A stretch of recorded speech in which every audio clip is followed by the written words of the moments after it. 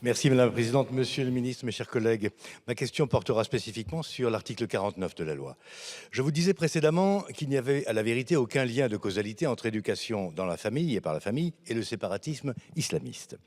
Car les islamistes, voyez-vous, n'ont aucunement l'intention d'éduquer leurs enfants en vase clos. Il leur suffit en effet de continuer d'installer leur emprise sur l'enseignement public. Le ministère constate d'ailleurs que les atteintes à la laïcité sont en constante augmentation. Encore, les chiffres officiels sont-ils sujets à caution? Dans son ouvrage Les profs ont peur, Jean-Pierre Aubin démontre qu'il faudrait, pour approcher la réalité, affecter les chiffres officiels d'un facteur 100. Alors pourquoi voulez-vous que les frères musulmans ouvrent des écoles islamistes ou enseignent leurs enfants à la maison? Il leur suffit d'aller dans un établissement public, c'est tellement plus simple. L'instruction à domicile n'a donc rien à voir là-dedans. Mais regardons plus spécialement le passage de la loi concernant le quatrième motif de dérogation permettant l'IEF.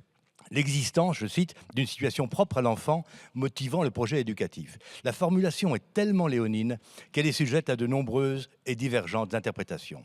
De nombreuses familles, très éloignées d'être séparatistes, éprouvent un profond sentiment d'injustice.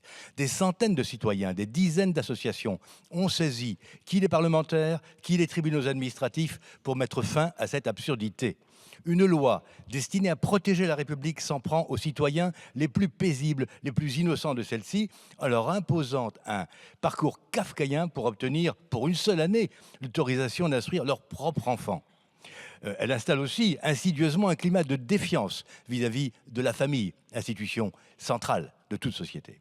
Il faut donc mettre fin à cette absurdité et je vous demande, Monsieur le Ministre, si vous pouvez vous engager à revenir sur cette atteinte à la liberté d'enseigner et d'éduquer son enfant en annulant purement et simplement les articles 49 et suivants de la loi. Je vous remercie. Merci, Monsieur le Ministre.